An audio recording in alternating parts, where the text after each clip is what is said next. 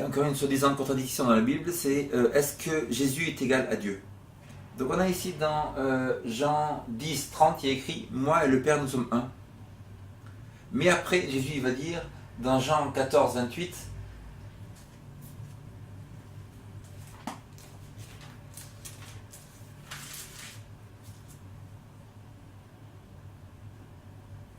vous avez entendu dire que je vous ai dit, je m'en vais, je reviendrai vers vous. Si vous m'aimiez, vous vous réjouiriez de ce que je vais au Père, car le Père est plus grand que moi. D'un côté, Jésus dit que le Père et moi nous sommes un, et de l'autre côté, il dit que le Père est plus grand que moi. Est-ce une contradiction? Non.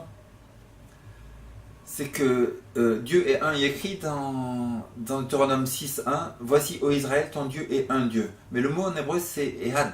Ehad, ça veut dire un en unité. C'est pas une personne. En unité, ça veut dire que Dieu est un et pas une personne. Et le mot Yahid, ça veut dire une chaussure, une voiture, tout ça. Ce qui veut dire que quand Dieu y voit Babel, dans Genèse, il dit que le peuple est un. Est-ce que Dieu ne sait pas compter?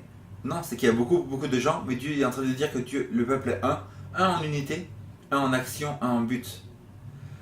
Quand Joseph il dit à Pharaon qu'il a eu 2 rêves, Joseph lui dit tu as eu un rêve. Est-ce que Joseph ne sait pas compter? Non, c'est que Joseph est en train de dire que leur rêve est un en unité, un en but, un en action. Par exemple, Obama il a des filles. Barack Obama il a des filles qui sont Obama aussi. Est-ce que ça veut dire que les filles Obama ne sont pas Obama?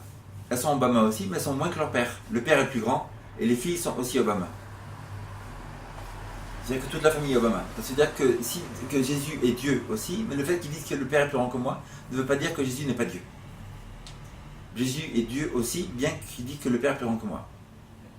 Si on prend toute la Bible, il y a d'autres versets qui disent que tout jugement a été donné au Fils. Ça veut dire que Jésus serait plus grand que le Père, car c'est lui qui juge tout l'univers. Il est bien écrit dans Romains chapitre 1, tous les menteurs, tous les voleurs, tous les incrédules, tous les idolâtres, tous les gens qui font des déceptions, tous les gens qui sont fiers, tous les gens qui mentent, tous les gens qui font des déceptions, tous les gens qui sont égoïstes, tous les gens qui ne pensent qu'à eux, tous les gens qui sont remplis d'eux-mêmes, tous les gens qui haïssent les autres vont être détruits bientôt par Dieu.